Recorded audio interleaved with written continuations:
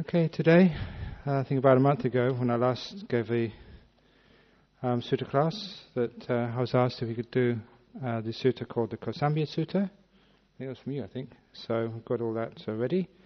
Those who haven't got a book, I want some of the sheets. If you'd like to please come up and get the sheets.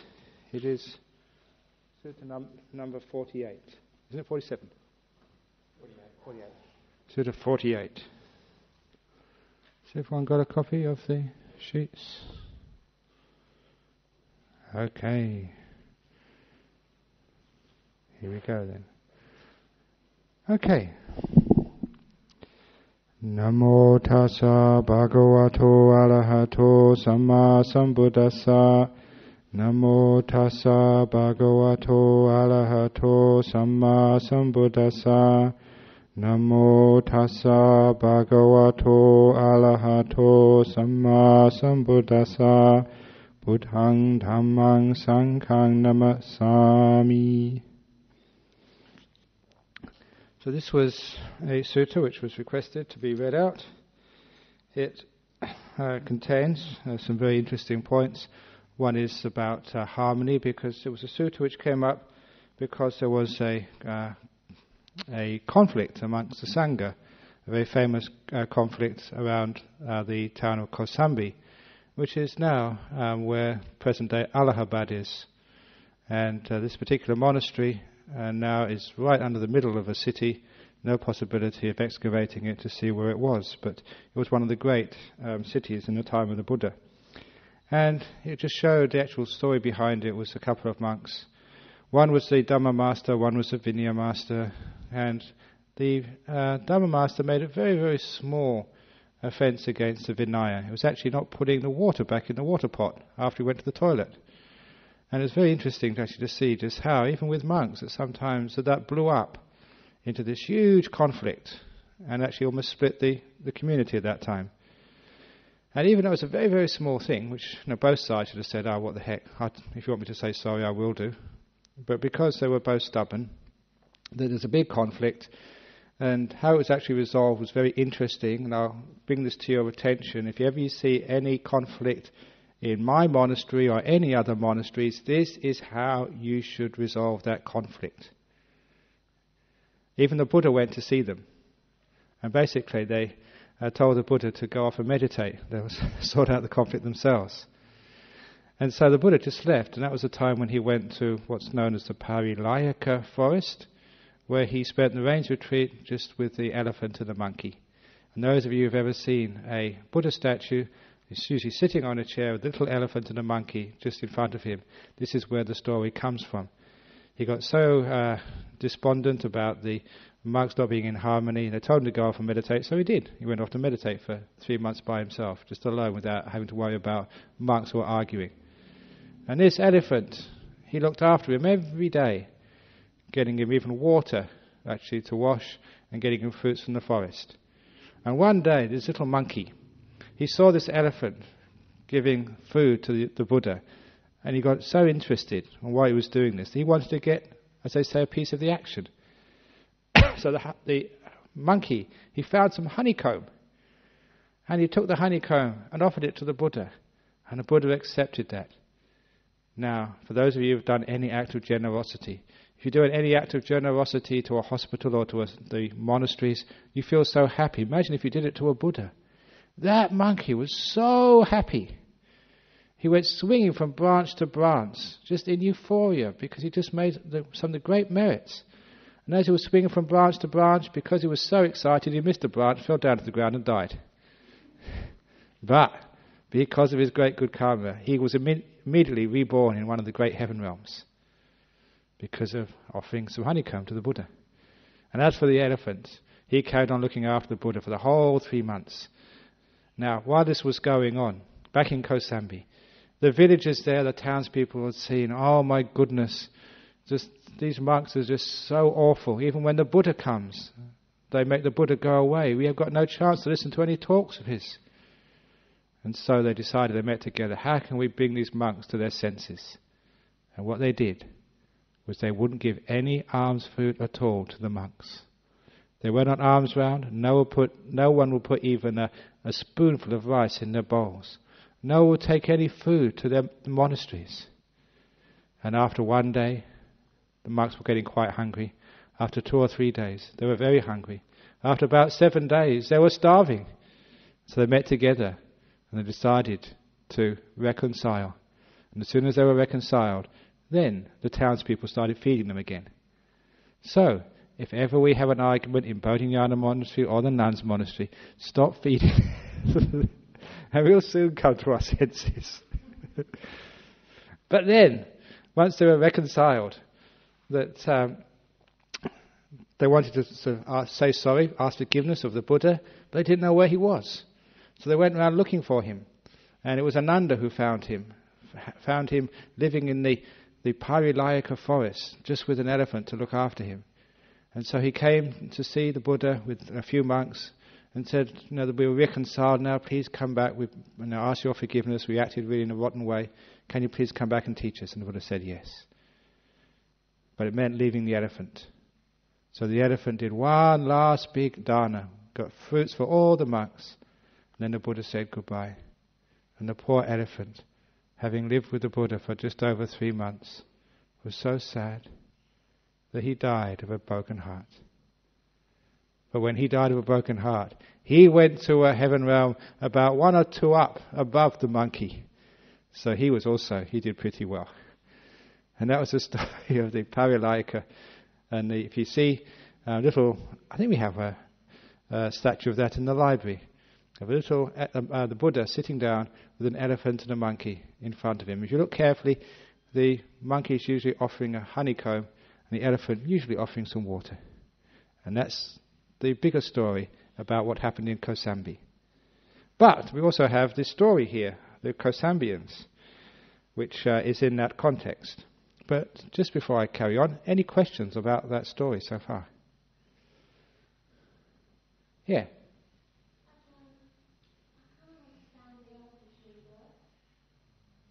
You can't understand the...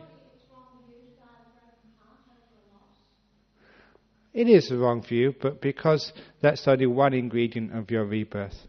But then again, there was the good karma which it made by feeding the Buddha for 3 months. So on the balance over there, the good karma just overcame. When he probably died, a broken heart, but afterwards, wow, what have I been doing? I've been feeding the Buddha. Oh, what a wonderful thing that is. And then got sort of promoted up onto this very high heaven realm. That doesn't make sense to me. My goodness, if you've been looking after a Buddha for 3 months, that's huge good karma. Even though the reason you die may be sort of a silly thing, but afterwards you think, much more than just what you died of. Afterwards you think, oh my goodness, what have I done? And you get so inspired. Then you go up to some heaven realm, because your mind would be very high. It would overcome sort of the silliness of a broken heart. Okay. Thus have I heard on one occasion the Blessed One was living at Kosambiya in Gosita's Park. Now on that occasion the monks at Kosambiya had taken to quarrelling and brawling and were deep in disputes, stabbing each other with verbal daggers. That's the idiom they used at the time, which is very nice. It's like this very sharp speech, like stabbing each other with verbal daggers. They could neither convince each other nor be convinced by others. They could neither persuade each other nor be persuaded by others. Then a certain monk went to the Blessed One, and after paying homage to him, he sat down at one side and informed him of what was happening. Then the Blessed One addressed a certain monk thus, "Come, monk, tell those monks in my name that the teacher calls them." "Yes, Venerable Sir," he replied, and he went to those monks and told them, "The teacher calls the Venerable Ones." "Yes, friend," they replied, and they went to the Blessed One, and after paying homage to him, they sat down at one side.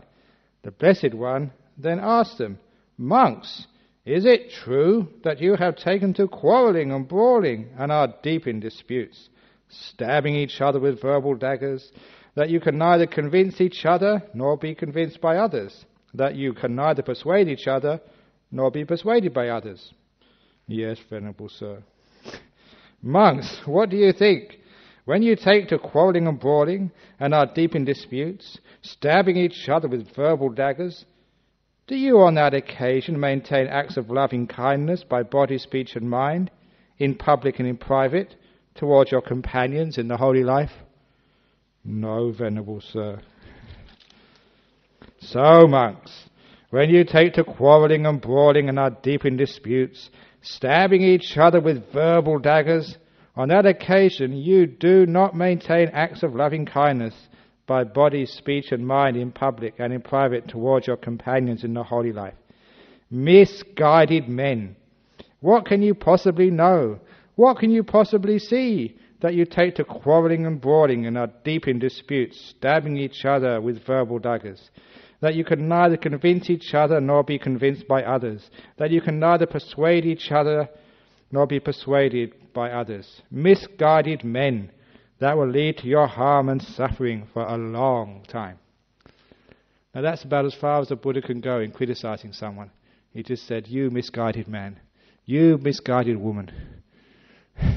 So it's pretty soft. But so if your wife does anything wrong, you can just say, you misguided woman. If your husband is cruel to you, you misguided man. That's about as far as you can go as a Buddhist. And it's lovely because it says misguided. It means you're not wrong.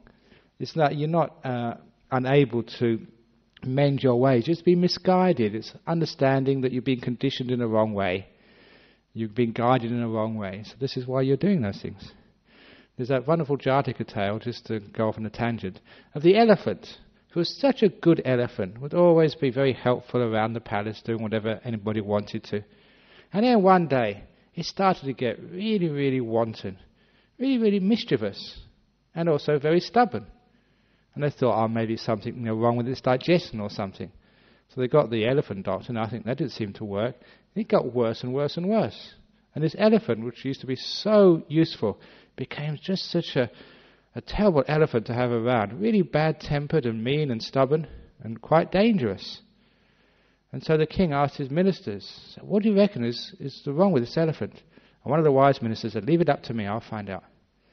And so he went to the elephant stall and hid there overnight. And in the middle of the night, he heard someone speaking close by. And he had a peek. And just outside the elephant stall, just round the back, there was a group of men who were meeting. He soon found out that these were robbers, a gang of robbers, and this was their hiding place where they would meet every night to plan what they were going to do the following that evening.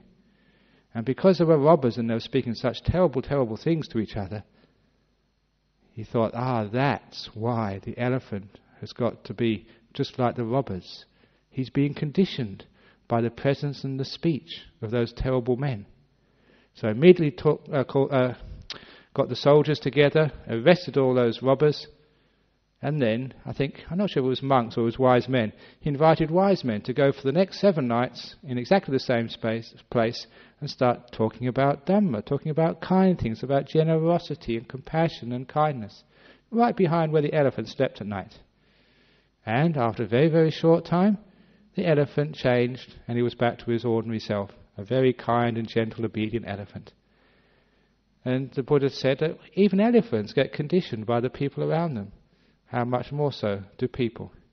So again, if you've got a wife who's always causing problems, then maybe just invite the monks just to have a discussion about Dhamma every night when they're asleep. And soon, because of their conditioning, maybe they might change. But that was their story over there. So he said, that's why you're misguided. We're all misguided sometimes. If you hang around good people, kind people, gentle people, you'll find you become kind and gentle and good. But if you hang around mean, nasty, selfish, cruel, horrible people, then you'll be conditioned that way. That's why I call misguided. And it's obviously that there's no reason why, especially as monks, you should engage in such disputes. Any questions about that so far? Yes.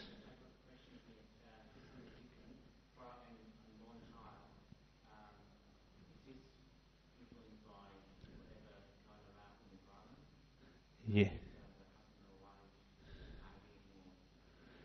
Yes.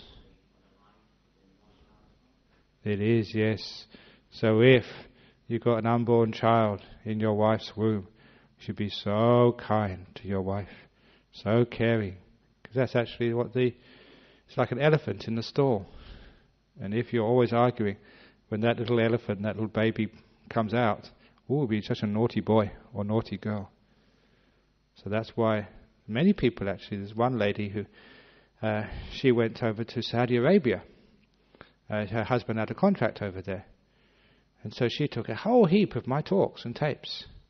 So, being a woman in Saudi Arabia, she couldn't do any work. It was against the Muslim religion.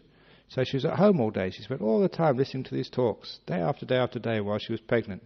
And she gave birth in Saudi Arabia, and her child was just so peaceful and so calm. And she brought the child to see me one day when she came back to visit. And as soon as I started talking, the baby looked up, straight at me. He'd recognized my voice, because he'd been hearing me every day for a long, long time. So yes, they are influenced. So, the same as where you go. If you go and watch a violent movie on the TV, so the baby feels that as well. And you pay the price with many sleepless nights. Just like the elephant. Okay, paragraph 6. Then the Blessed One addressed the monks thus: Monks, there are these 6 memorable qualities that create love and respect and conduce to helpfulness, to non-dispute, to concord and unity. What are the 6? And even though this was said to the monks, you can apply these things in your married life, in your family, in your community, in your job, which is a very wonderful thing to start talking about at Christmas time, with peace and harmony, and you're soon to meet your family. Many people do anyway, and usually when I remember going back to London to see my family, they were very happy with each other for about 10 minutes, and they started arguing. I should have brought this sutra along to them about the 6 memorable qualities of living in harmony. Number 1, here a monk maintains bodily acts of loving kindness, both in public and in private, towards his companions in the holy life. This is a memorable quality that creates love and respect and conduces to helpfulness, to non-dispute, to concord and unity. 2, a monk maintains verbal acts of loving kindness, both in public and in private, towards his companions in the holy life. This is a memorable quality that creates love and respect and conduces to unity. Again, a monk maintains mental acts of loving kindness, both in public and in private, towards his companion in the holy life. This is a memorable quality that creates love and respect and conduces to helpfulness, to non-dispute, to concord and unity. Again, a monk uses things in common with his virtuous companions in the holy life, without making reservations, in other words, keeping it for himself. He shares with them any gain of any kind that accords with Dhamma, and has been attained in a way that accords with Dhamma, including even the contents of his own bowl. This is a memorable quality that creates love and respect and is conducive to helpfulness, to non-dispute, to concord and unity. Again, a monk dwells both in public and private, possessing in common with his companions in the holy life those virtues that are unbroken, untorn, unblotched, unmottled, liberating, commended by the wise, not misapprehended, and conducive to concentration. This too is a memorable quality that creates love and respect, and it conduces to helpfulness, to non-dispute, to concord and unity. And lastly, number 6, again a monk dwells both in public and in private, possessing in common with his companions in the holy life that view that is noble and emancipating, and leads one who practices in accordance with it to the complete destruction of suffering. This too is a memorable quality that creates love and respect and conduces to helpfulness, to non-dispute, to concord and to unity. These are the 6 memorable qualities that create love and respect and conduce to helpfulness, to non-dispute, to concord and to unity. Okay, 6 things there, just to go over them again. The first one is, the first 3 is bodily acts of loving kindness, both in public and in private. Verbal acts and mental acts of the same, both in public and in private. Now that, by itself, those first 3, is conducive to so much happiness in one's family, in one's community, because it means that, if it's bodily acts of kindness, just like helping each other, can I give you a lift back today? Anything I can do for you? But it's not just in public, it's also in private, especially like verbal acts of kindness. Because sometimes we're kind to a person when they're in front of us, but when they're gone, we slag them off. Or we criticize them behind their back. Or we're not really kind, we don't support our wife when she's not here, or our husband when he's not there, when somebody criticizes them. That is not conducive to concord and harmony. The same with mental acts. We may say one thing, do one thing, and think another thing. So if you actually have these mental and verbal and bodily acts of kindness towards your friends, your relations, people you live with, then that by itself is a huge impetus to concord and to harmony. All arguments, they all start with that lack of kindness in body, speech and mind. So bring that to mind now. How can you be just that little bit of kindness, helping out others, doing that little bit extra for them, both in body, speech and mind, in public and in private. That's conducive to happiness and harmony. Number 4 is a very important one. It's that we actually share whatever we've got. So this is actually a very important part of a monastic life. Even though I'm the boss of the monastery and people give me lots and lots of things, we share them all around. So, we even our alms bowl, even though I may be a bit more round than other monks, but still, we all share whatever food we get. I don't take the whole lot for myself, it's all shared.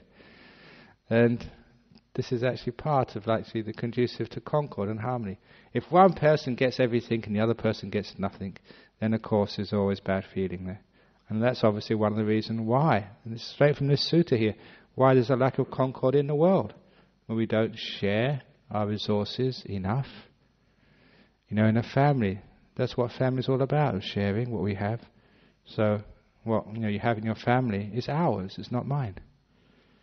And so this is where a monk uses things in common with his virtuous companions in the holy life, without reserving it for themselves.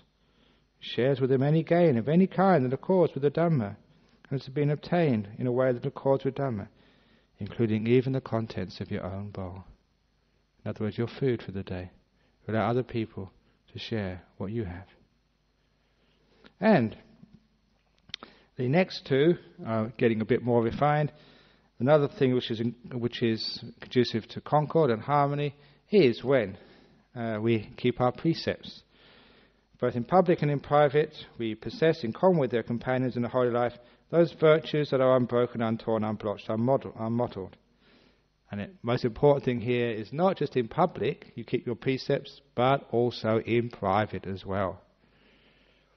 I've known in some temples that people have come here maybe on a Wesak day to take the 5 precepts, to determine they're not going to kill any living beings, they're not going to steal, commit adultery, to lie, take alcoholic liquors.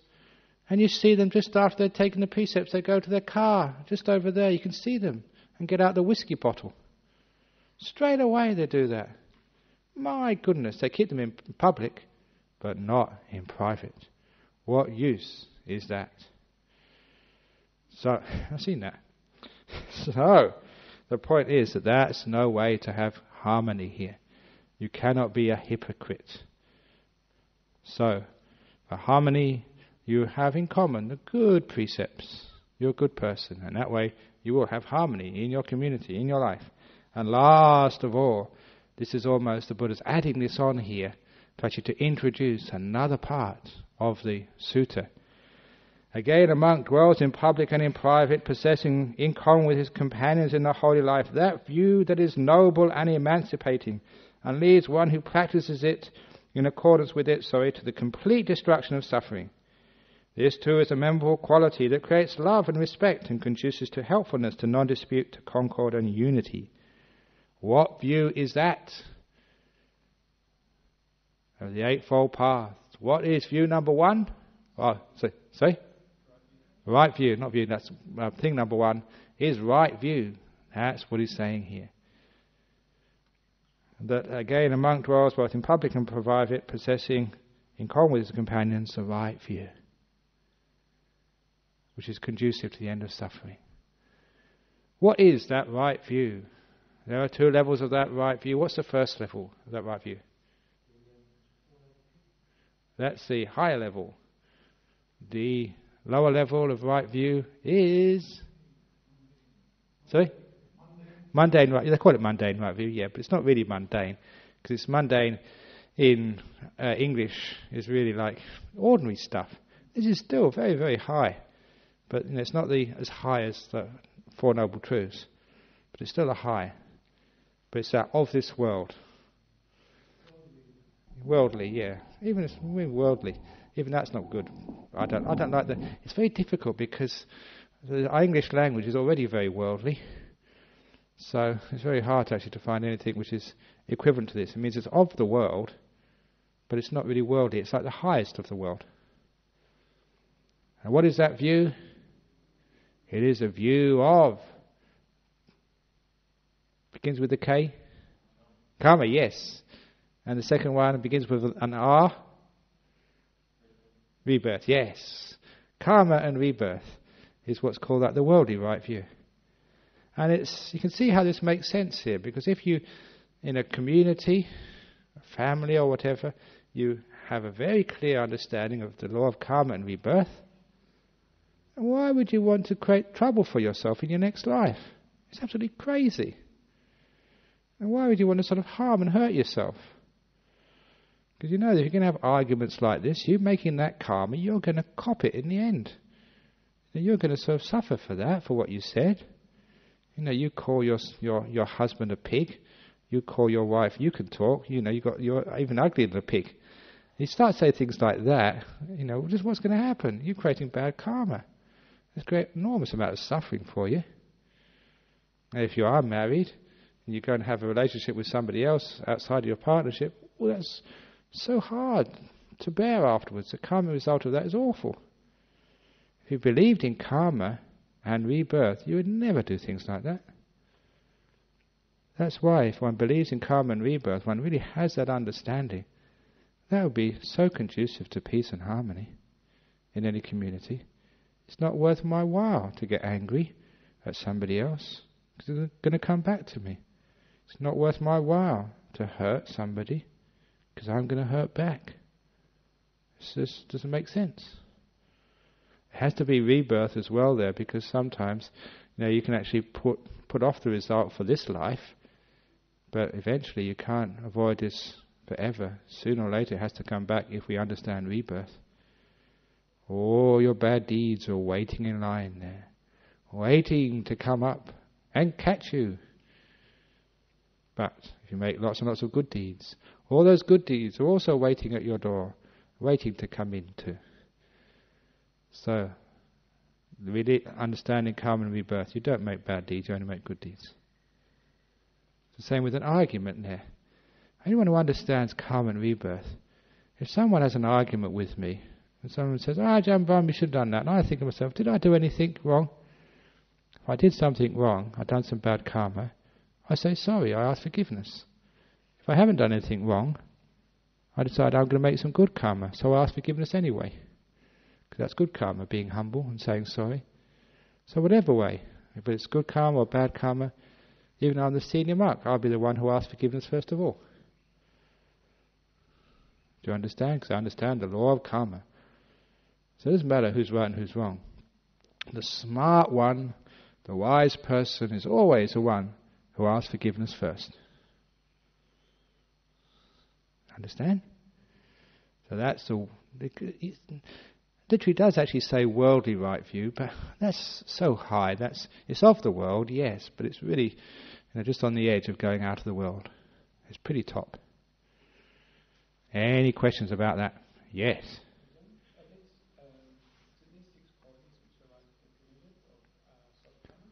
No, the last one is, because that's the world, of the world, but it also includes that which is off the world, which is the Four Noble Truths. Or what else? That's one way of describing the very high right view. What's the other way of understanding or describing the right view which leads out of the world? What else? Yes? Bongwin? John? No, not quite. Yes, Joel? No, what's actually the view? That's the result of the view. Yes? Aha, there we go. Suffering is one of them. To know what else? No, that's the Four Noble Truths. Another way of understanding what right view is. Understanding the suffering, understanding of what else? No self, and... Yeah? Now we've got non-self, we've got suffering. No, come on. No. So impermanence, yes. These are the three characteristics of existence. Impermanence, suffering and non-self. So it's exactly the same thing. If you understand the Four Noble Truths, you also understand impermanence, suffering and non-self, the same thing. So that's the right view which is liberating. Understanding impermanence, suffering and non-self. Or understanding the Four Noble Truths. That's the very highest level of right view. And the next level of right view is understanding karma and rebirth. But either of those will be meant here, because that is something which will be conducive to peace and harmony. Especially like seeing non-self. There's no self in here. No one who's right, who's wrong. Therefore I can ask forgiveness, first of all. Why have an argument? Who am I arguing with anyway? Makes a waste of time. You know the old story about the two monks arguing about the flag in the wind? You know that story? One of the monks said, see that flag moving? The other one said, I see the wind's moving. So they had to find out who was right and who was wrong. They went to see the Zen monk, and the Zen monk said, you're both wrong, the mind was moving. And then they went to see the Theravada monk, who said, the three of you are wrong, your mouths were moving. I always like to do... So no, because so what? There's nobody in there anyway, so why worry about who's better and who's worse? Because there's no one in there to be better and worse. And isn't most arguments come out of conceit? I am much better than her. Why should I say sorry? I always say sorry. It's her turn. I'm not going to sort of suck up to him. Let him say sorry first of all. That's all conceit. So when there's non-self, you realize there's no one there at all. So that means it's very easy to say sorry. So easy to have harmony when there's no one there. And impermanence means you can let go of things. It's just gone. Past is all disappeared. Why do we keep holding onto the past? Why don't we realize it's impermanent? It's gone. Worrying about the Twin Towers? It's gone. Worrying about who did this to who did what? It's all gone. So can't we just let things go and be free? We understand those qualities. It's so easy to be in peace and harmony with others. So those are the 6 memorable qualities that create love and respect and are conducive to helpfulness, to non-dispute, to concord and to unity. The unity of nothing. When there's nothing there, there's nothing to complain about.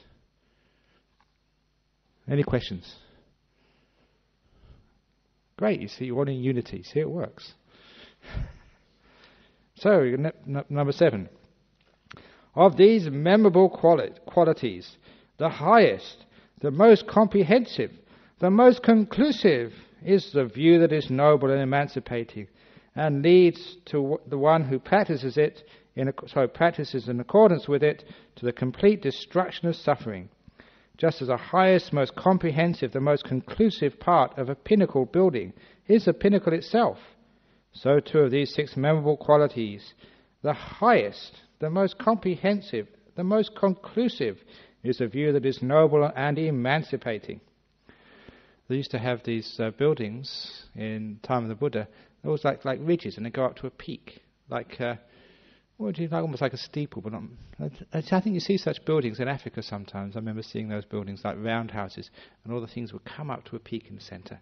So that's what he was alluding to, a particular type of architecture which were used in those days. And how does this view that is noble and emancipating lead the one who practices in accordance with it to the complete destruction of suffering? And what's another name for the complete destruction of suffering? It begins with N? Yes. Have to give clues these days.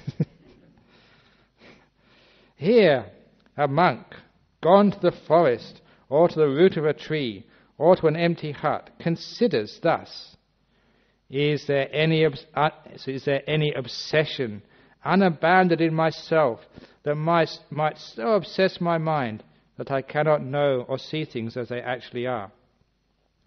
An obsession is almost like a hindrance, an obstacle. And they say that these things, they may prevent me knowing and seeing things as they actually are. And again, it comes up here with the Buddhist idea of like the main problem is delusion.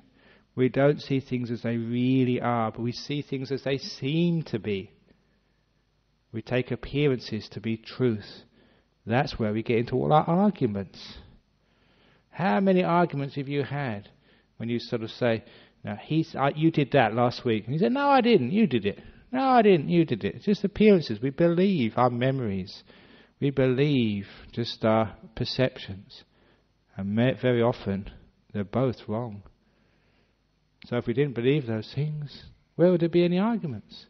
If we could really see things as they truly are, those sounds, all it is just vibrations of the air, sort of hitting the eardrums of our ears and having all these electrical signals to the neurons in the brain, and then we add to it that was sort of some sort of sound, and then we perceive it and we interpret that as he called me a pig. Well, it didn't call you a pig, it's just vibrations of the air, that's all. So, why do you get angry at vibrations of the air? That's all it is. Does that make sense?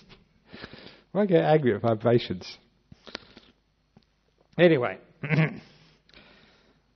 so, is there any obsession unabandoned in myself that might so obsess my mind that I cannot know or see things as they actually are?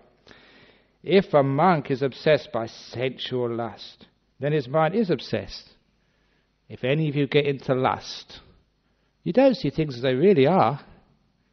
You just see that beautiful girl over there. Oh, she's just like I saw in the magazine today. Oh, she's so beautiful. She's so charming. It's probably a wig she's got on. I remember one of the monks actually I ordained with. Probably one of the reasons he became a monk. No, just a bit after I ordained. He was in a public school, a Catholic school in England. And there was another school which they almost like paired off. It was a Catholic school for girls. So they had a dance. And the girl he was paired with, who was dancing with her, and her wig fell off. That was the end of the romance for the evening. I don't know why this poor girl, she was bald, and she had to wear this wig. And probably because it got hot, the glue melted or something. And so this beautiful girl he thought he was going to dance with, she was bald. And it takes away a lot of romance when you see things. So she actually saw things he saw things as it really was, not as it seemed to be. So this is what lust does. When we lust, it's sort of the bloke. She's just so strong and so charming.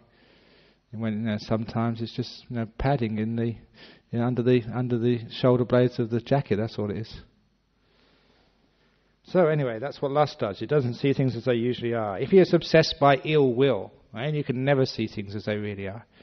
That guy is a bastard. She's just a bitch. Whoa. They're not like that.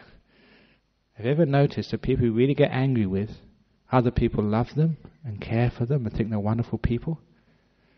Your ex, sometimes they get married again. You think, how can anyone be so stupid as to marry that person? Well, they do. So, because when you've got ill will, you can't see anything good about them, but others can.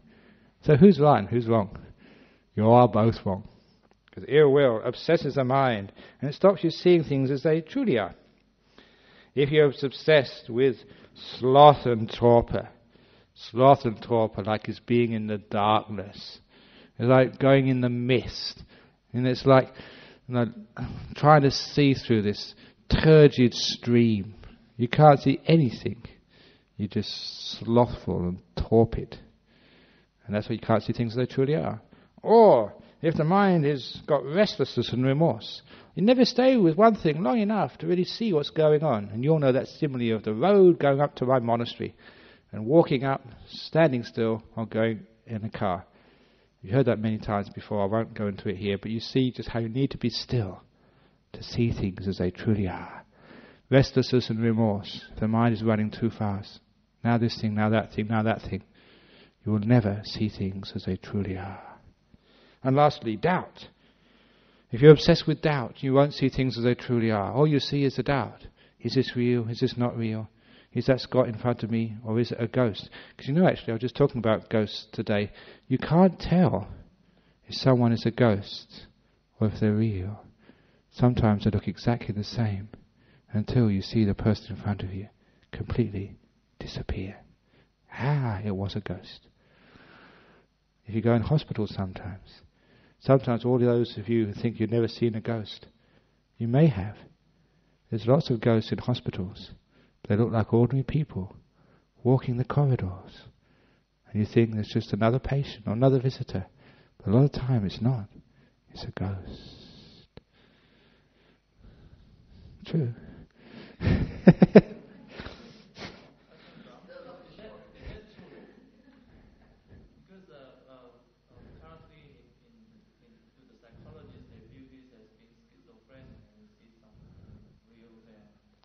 No, it's the psychologists who are schizophrenic.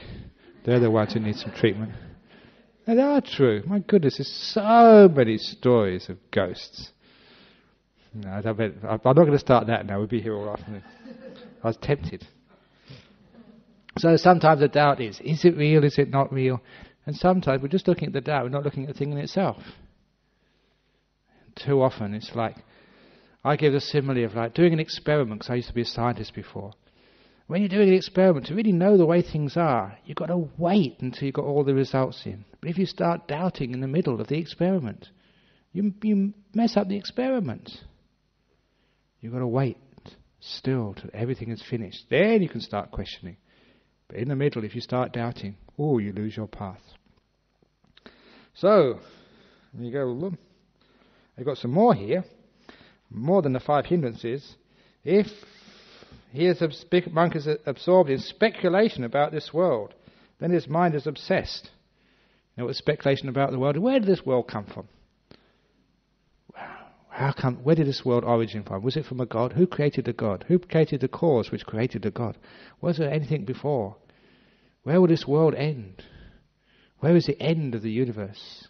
That's a speculation which has no end, because the thing has no end. It's trying to find the beginning of a circle, trying to find the end of a sphere. It's speculation which has no end. So the Buddha said, stop that speculation out there. Speculate inside. Look inside. If a monk is absorbed in speculation about the other world, then his mind is obsessed. What happens after death? Where are you going to go? Is there a ghost realm? Is there a heaven realm? Is there other realms?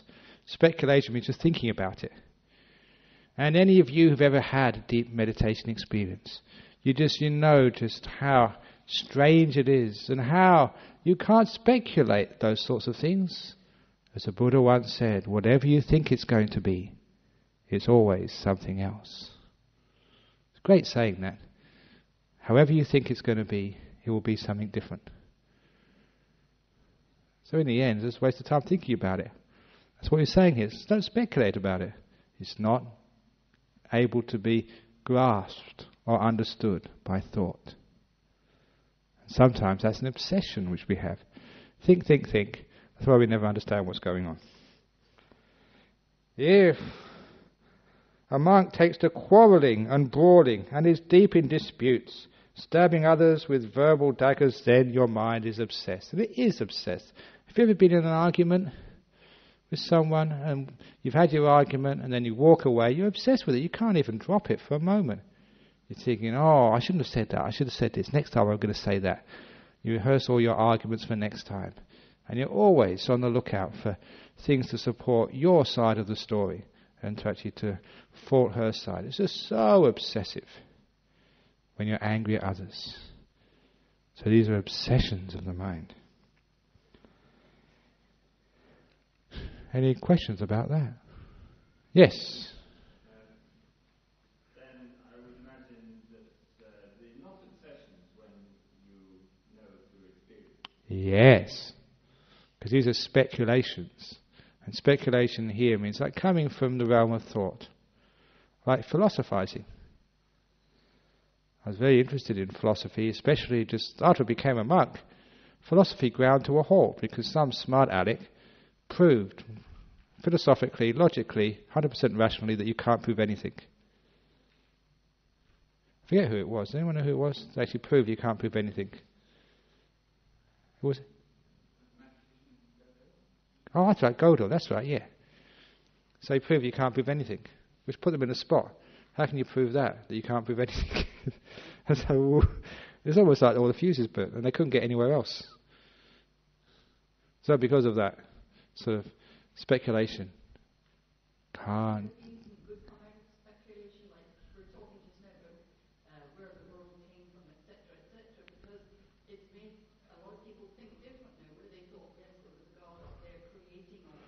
Yeah.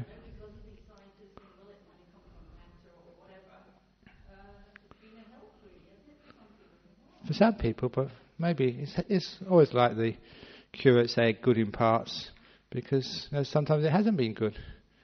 Some people, we're just all brains, that's all.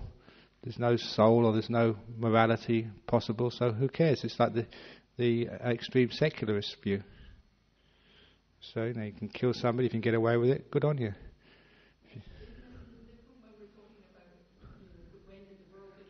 Oh, yes.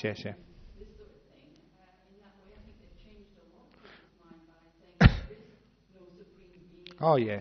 It's changed a lot, but still people are very stubborn. They still haven't changed. So, but they will in the next life, don't worry. Yeah. Yeah. That's right, yeah. I think as you see as this goes on, it's actually leading out of suffering. So speculation can give you a lot of knowledge and understanding. And the thought, the scientific method, can actually uncover a lot of very interesting and very useful facts. It can cure cancers. So, that's a very wonderful thing. But, you get rid of one disease and you get another disease coming up later. It doesn't really solve the problem. It's a band-aid solution, that's all. It doesn't really solve the fact you're going to die anyway. It just puts it off. You just die in another way, in the way you were going to do otherwise. Okay. Yeah. You talked about the antidotes to 5 hindrances. Yeah, sort of. My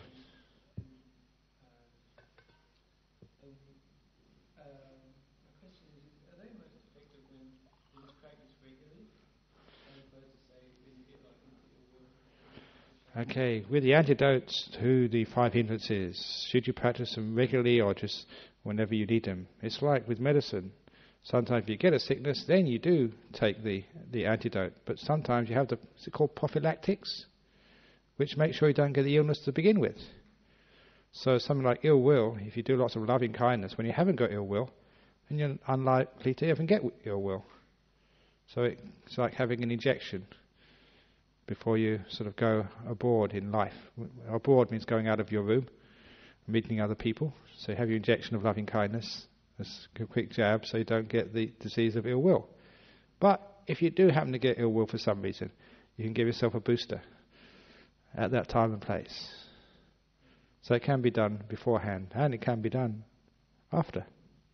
But beforehand is better. Okay. So, having got rid of those obsessions of mind, including like anger, this is an important thing which certainly in monk Buddhism we make a lot of. If there's not harmony within the community, you can forget about meditating. Basically, your meditation will never take off. So it's one of the we spend a lot of time in a monastery like down at Serpentine, making sure there's harmony and peace amongst all the monks and all the community there. Because we know that without that harmony, it's a waste of time teaching meditation or even practicing it. Harmony has to come first. When it's harmony and peace, you can sit down there, you've got no remorse, you're at peace, you're not thinking about who said what and what I'm going to do next. It does not obsess your mind. It gives you freedom to meditate. So, next, having got rid of those 5 hindrances and those obsessions, they understand thus: there is no obsession unabandoned in myself that might so obsess my mind that I cannot know and see things as they actually are. My mind is well disposed for awakening to the truths. Why is it that people don't get enlightened? Why can't they see the truths? Why can't they awaken to the truths? Because they've got these obsessions inside of them. So please, do not be obsessed. So my mind is well disposed for awakening to the truths. This is the first knowledge attained by him. That is noble, supermundane, not shared by ordinary people. Be free of the hindrances and be freed from these obsessions. Not to be someone who creates anger and disharmony in the world. Be very kind with the way you use your speech.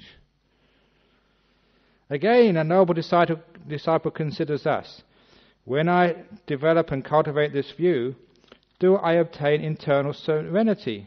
Do I personally obtain stillness? He understands thus: when I pursue, develop and cultivate this view, I do obtain internal serenity. I personally obtain stillness. This is the second knowledge attained by him or her that is noble, supermundane, not shared by ordinary people. Now this is amazing. This is actually showing that that particular view which you just got there, that is actually what leads to peace, to serenity, to stillness of the mind. If it's wrong view, you'll never actually get that stillness. If it's wrong view that he said that to me, or she did that and she had no right to do that, you can't get stillness when you're obsessed with ill will. Nor can you get stillness when you're obsessed with lust. Nor can you get stillness when you're obsessed with these other things. Or when you go speculating about the world, because it's endless. Just go round and round like a circle, never coming to an end. But the view which the Buddha taught here, it has an end. And that end is called stillness. So, if it really is a right view, it's easy to get still. Like the right view of, as you've heard me saying a lot of times, those who've been on my retreats, non-self, there's no one in here. If you really understand that view, no one in here, it leads to stillness. Nothing to do. Nothing to do, do nothing. Everything becomes very still. It's all impermanent. Why grasp after anything? It's all going to disappear. Might as well leave it alone to begin with. So you don't do anything. And it all becomes just so still. All out there is just a bunch of suffering. Husbands, they're suffering. Wives, suffering. Children, suffering. Government, suffering. So just let it go. So when you're sitting down meditating, why do you obsess your mind with those things? Why do you even think about them? No, it's suffering. Give that one up. Thinking is suffering. Why do I want to think? It's given me so many headaches. I had so much Panadol because of all this thinking. Oh, I'm going to let go of it now. So it leads to peace. It leads to stillness. This body, how many times do you have to scratch it? How many times do you have to put your finger in your ear to get the wax out? How many times do you have to fidget it? How many times do you have to feed it? How much time have you spent since you were born shoving stuff in your mouth? How much time have you spent in your life taking it to the toilet to get the stuff out the other ends, two ends? It just takes so much time. So, this body is suffering. I'm fed up with this. Just leave it alone. It leads to peace and to stillness. Okay? Any questions?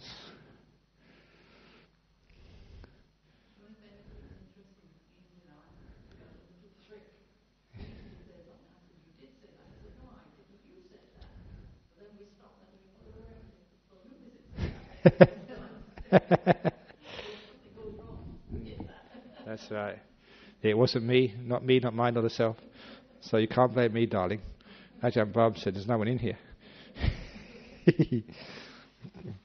Okay. Number 10. Again, a noble disciple considers thus: is there any other recluse or Brahmin outside the Buddha's dispensation possessed of views such as I possess? He understands there is no other recluse or Brahmin outside the Buddha's dispensation possessed of a view such as I possess. This is the third knowledge attained by him that is noble, supermundane, not shared by ordinary people. Now, sometimes people get upset at this. They say, it means only Buddhists are right.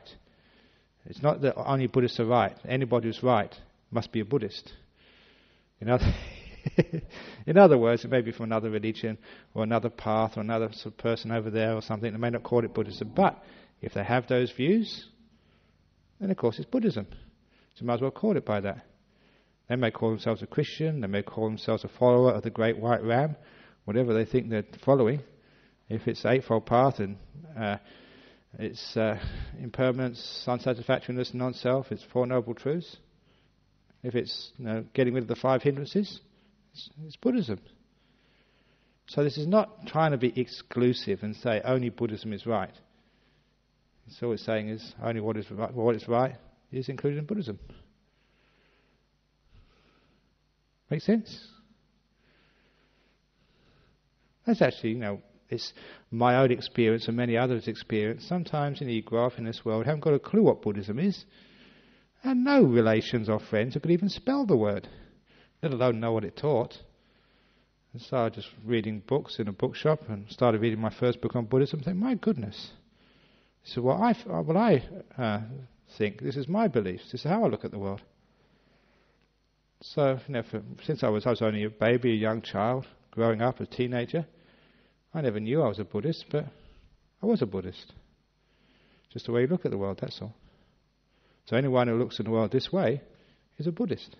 That's why it says here, is any other recluse or Brahmin outside the Buddhist dispensation possessed of a view such as I possess? By definition, if they've possessed such a view, then they are included as Buddhists.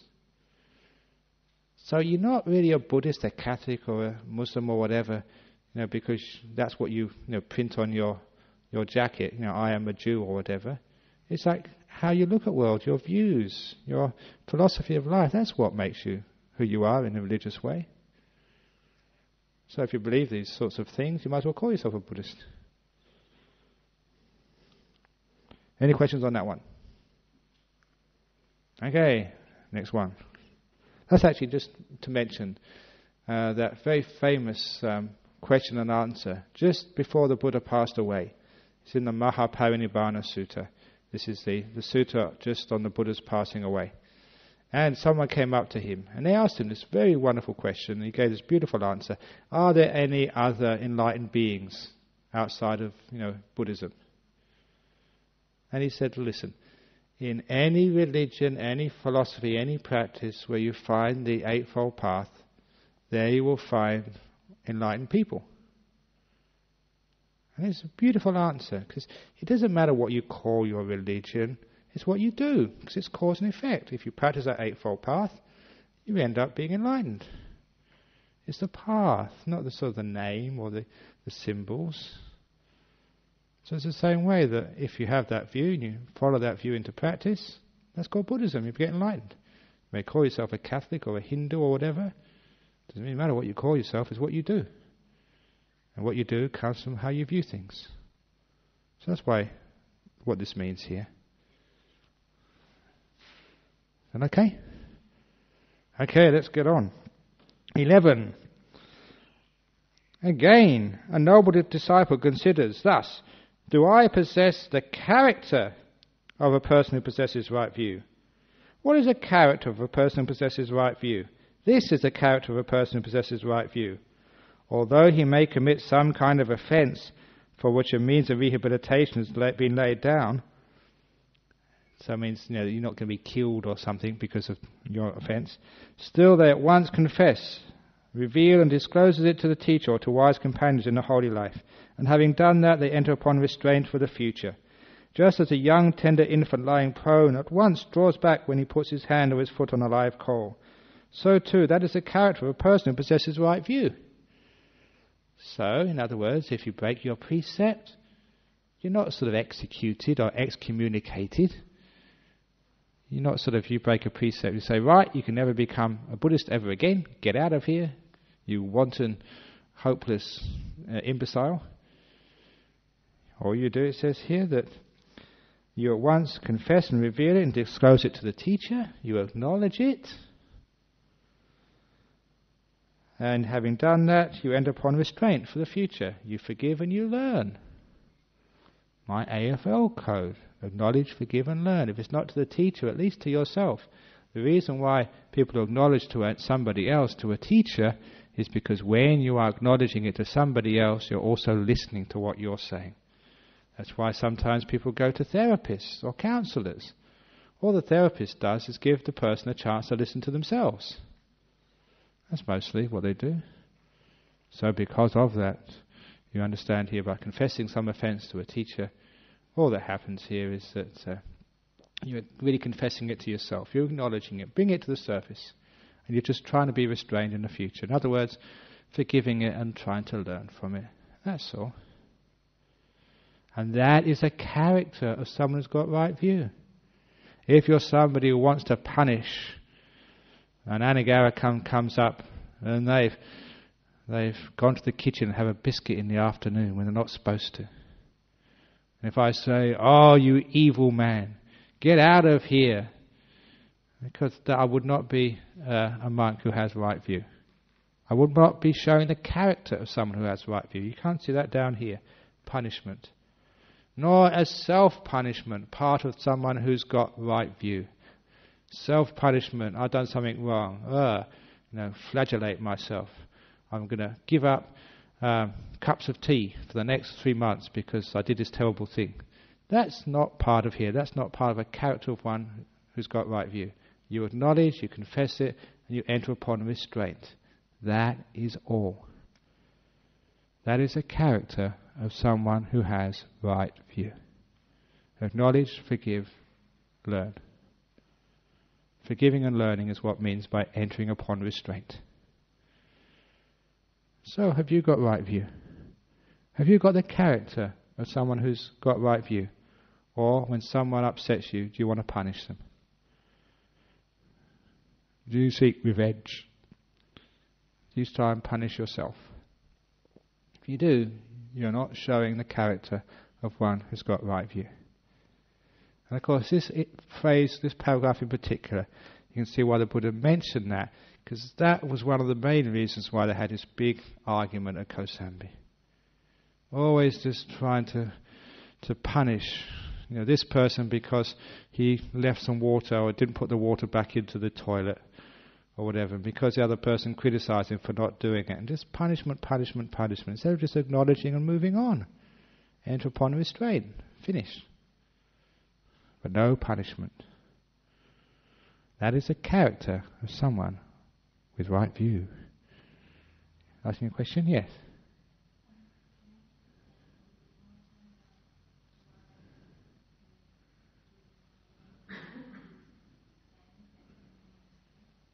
Why, forgiving is entering upon restraint. Okay, entering upon restraint, because if you don't forgive something, if you don't forgive somebody else, you haven't finished with the business. It's still right there. There's that story, which was, I forget where it was written, about the two old Australians who were meeting together, some old diggers from the Second World War, and they both happened to be ex-POWs. Incarcerated by the Japanese in the Second World War.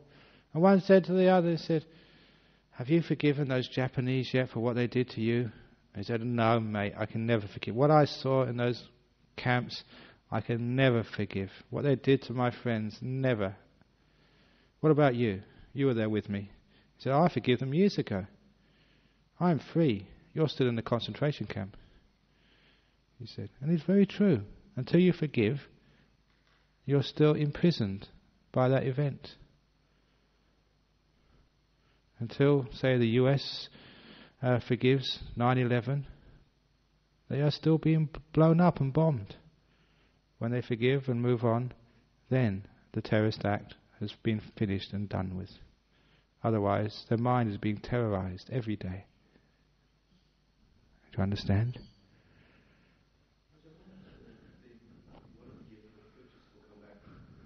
You want to forgive, but the pictures still come back. Acknowledge the pictures. You can come back.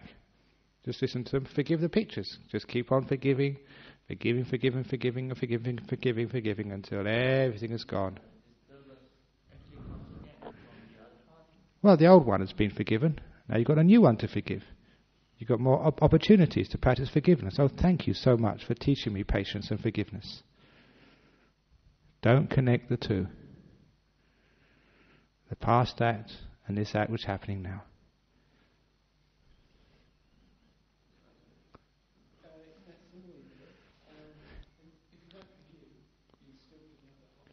Yeah, that's right. So it's very good. The simile of the child touching the hot coal. As soon as they do it, they withdraw. They're forgiven. They're dealt with it. But if you keep touching that whole coal, oh, they did this to me. Oh, they did this to me. Oh, they did this to me. Why is it so burning? Because you're still holding the coal, you stupid idiot. So sorry, you misguided man. Should call stupid idiot. So you just let go, and then sort of, sure, you got the burn there, but at least it's not going to be as burnt as you keep holding the coal for a long period of time. So still you get those images coming up, but they're starting to get better and better and better because you've let go of the coal. Healing can happen once you've let go. But you're just making more injury the longer you hold these things. So that's the person who enters upon enters upon restraint and the character of a person who has right view. This is again very wonderful because right view is not discerned by how much you can explain the deeper teachings of the Buddha. Right view is not really acknowledged by being able to give a great talk on Buddhism. Right view is acknowledged, is seen, is proved by your character. Are you a person who's got the character of someone who's got right view? That's how you know whether you've got right view or not. If you've got the character of one who has right view. So you can forgive and let go. 12. A noble disciple considers... They've got another character of right view.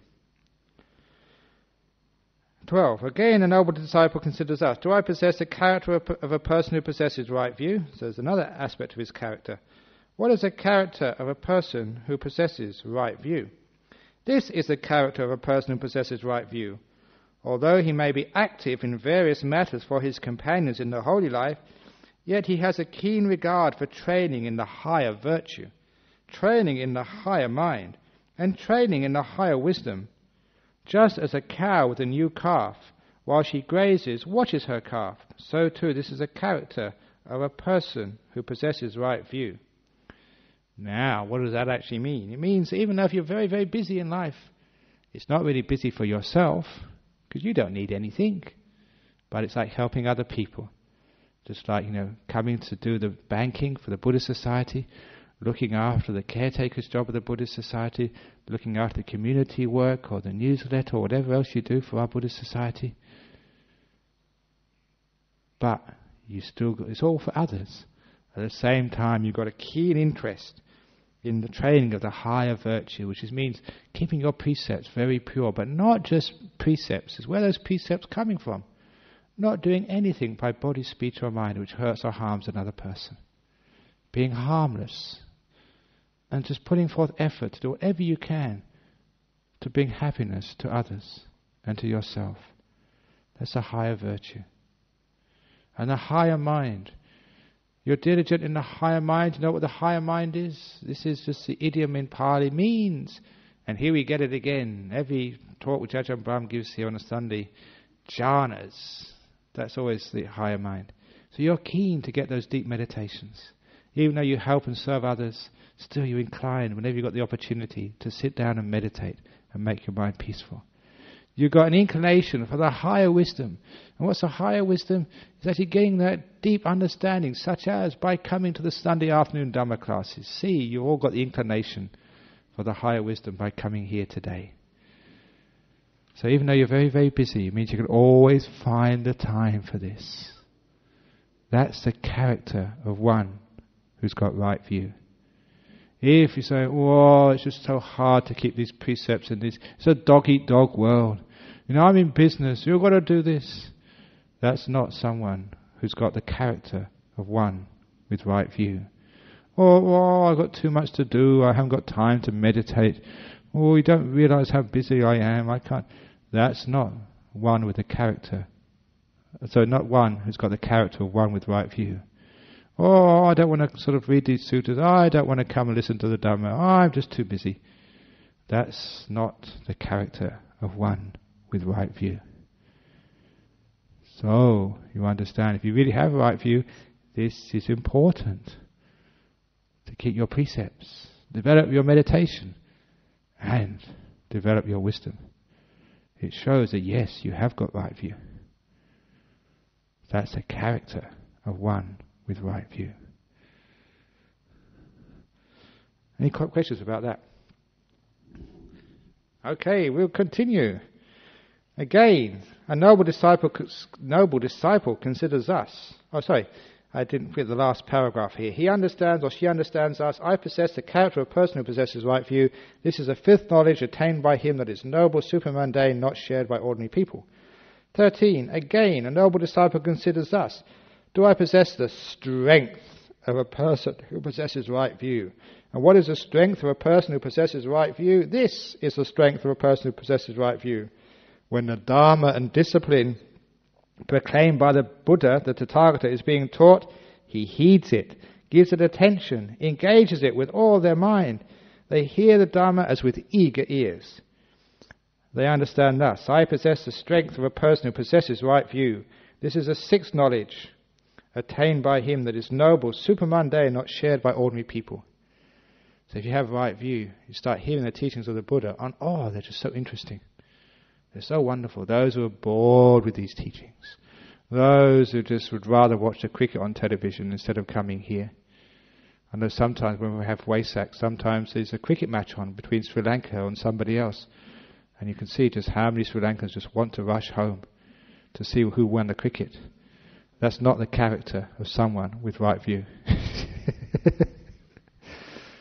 Some Australians, they want to see the football, the footy. Or they want to see their favourite movie on.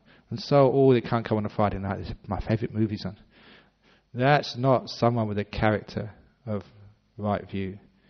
So you incline towards the Dhamma and the teachings. You're just hungry for it. You love them. That's someone who's got the character of one with right view. And when it's being taught, you can hardly fall asleep. You're just really interested. This is amazing. This is wonderful. Number 4, any questions on that one? Yes.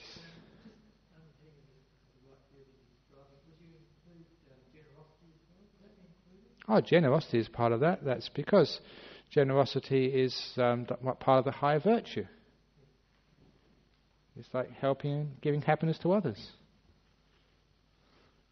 So yes, generosity is part of it. 14. Again, a noble disciple considers us. Do I possess the strength? It's another strength. The strength of a person who possesses right view. What is the strength of a person who possesses right view? This is the strength of a person who possesses right view. When the Dhamma and discipline proclaimed by the Tathagata is being taught, and it's not only gives it attention and is eager to listen to it, that was the last one. Here it says they gain inspiration in the meaning. Inspiration in the Dhamma. They gain gladness connected with the Dhamma. They understand thus, I possess the strength of a person who possesses right view. This is the seventh knowledge attained by him that is noble, supermundane, not shared by ordinary people. So in other words, you get inspired when you hear the Dhamma. You feel, this is so nice, this is so wonderful. It brings tears to your eyes sometimes. See, power of the Dhamma. And if you get inspired by the teachings of the Buddha, especially what you read in these books here, because this is the closest you can get to the word of the Buddha these days, then if it gives inspiration and gladness, then you're somebody who's got the strength of a person who possesses right view. To sum up, when a noble disciple is thus possessed of 7 factors, he has or she has well sought the character for realization of the fruit of stream entry. When a noble disciple is thus possessed of 7 factors, they possess the fruit of stream entry. This is a sign of being a streamer. Do you understand? Are you a streamer? Da da da. Check to see if you have these 7 characters of one who possesses right view. And if you haven't got one of these, work on it. This is what the Blessed One said. The monks were satisfied and delighted in the Blessed One's words. So he inspired them, yeah. Yes, they did. But they got inspired. This is why the Buddha this got a beautiful teaching. But the thing is, they were obsessed with ill will. When they were obsessed, they could hardly hear these things, even though that sometimes the Buddha was hammering them. Are you inspired by what I was saying? Do you really listen to it? And basically, they weren't listening to it. They were just waiting for him to go away so they could carry on with their argument. They weren't inspired. They were thinking, there we go again. So sometimes that's the case. Sometimes you can teach the Dhamma and people, here we go again. Why do I have to listen to this for? You turn off, and that's obviously you haven't got the... Sometimes it's a bad talk, it's not really teaching the Dhamma, then fair enough. But if it's teaching the Dhamma and you're one with the character of right view, if it's real Dhamma, you get so inspired. You just really want to hear it. And you're not obsessed with these hindrances. And just someone who always shares whatever you have. And in public and in private, you have acts of kindness, words of kindness, and thoughts of kindness to your fellows. It's a sign of right view.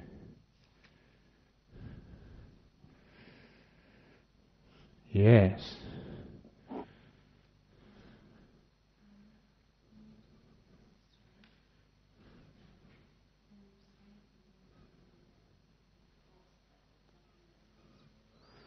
Naturally, yeah, because restraint comes naturally from right view. When you have right view, that conditions restraint. Because, sometimes the thing is you make mistakes. Just like a child. He puts his hand into the fire and burns it. Child makes mistakes. He's learning. Just as we all learn as well. So we learn. We don't punish ourselves for making mistakes. You don't beat your kid up because, he touched fire. You say, no, this is have to learn. So when any of the monks of my monastery do something stupid, I realise, I did that as well. I remember when I did that. And you think, it's just their learning. You don't need to punish them. Acknowledge, forgive, and learn from it. It's the idea of learning which is inherent in the simile of the child. So when you have right view, that's what restraint is. You learn restraint. You restrain all those things you can do, say, or even think, which creates harm and hurt for yourself and others. When you see that, it's obvious. It burns. Of course you will restrain yourself in future.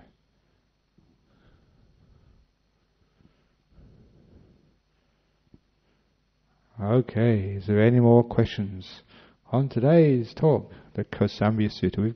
Apparently we did that not so long ago, but I think it was one of the other monks did it, talked about it. So this is Ajahn Brahm's version on the Kosambiya Sutta. I hope you enjoyed it.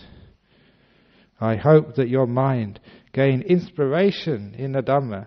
I hope you heeded it, gave it attention, engaged with it with all your mind, and heard the Dhamma with eager ears. I hope even though you're busy, you find time to meditate. You find time to practice your precepts and practice the higher wisdom. I hope you have time to, whenever you make a mistake, to forgive yourself and forgive others.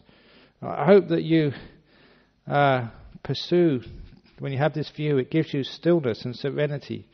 I hope you understand that this is the path to enlightenment.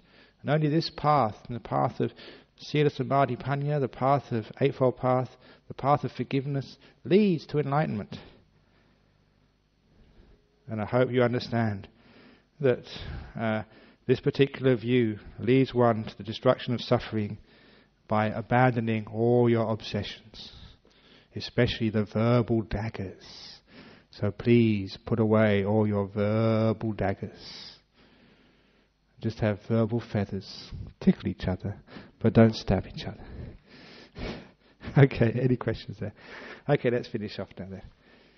So, next in a fortnight's time, I'll be somewhere else as I usually am. So, what do you want to... What day is it today? It's the 11th, isn't it? 12th. So that'll be Boxing Day. So that actually would have been great for Boxing Day when the monks were boxing each other. What should we have for Boxing Day? Any suggestions? Be one of the other monks. You had the last suggestion, so anyone else? Otherwise, it's John's. Where's that at? The last one? Okay, the last of the year. Is that a good one? I don't. My goodness, is that a good one? 152.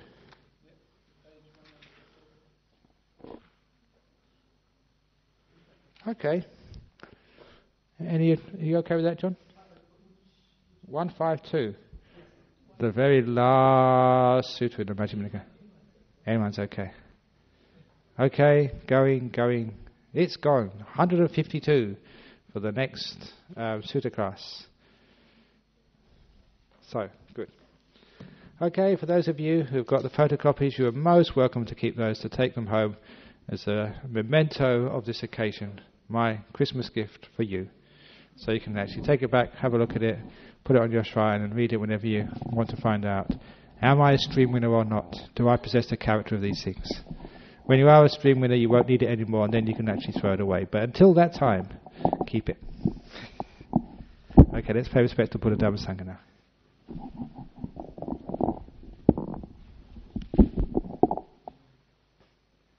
Arahang Samma Sambuddho Bhagava Buddhang Bhagavantang Abhivademi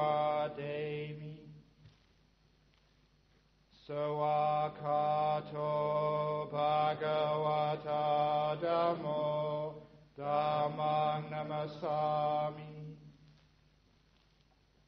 Supatipano Bhagavato Sawaka Sangho Sanghang Namami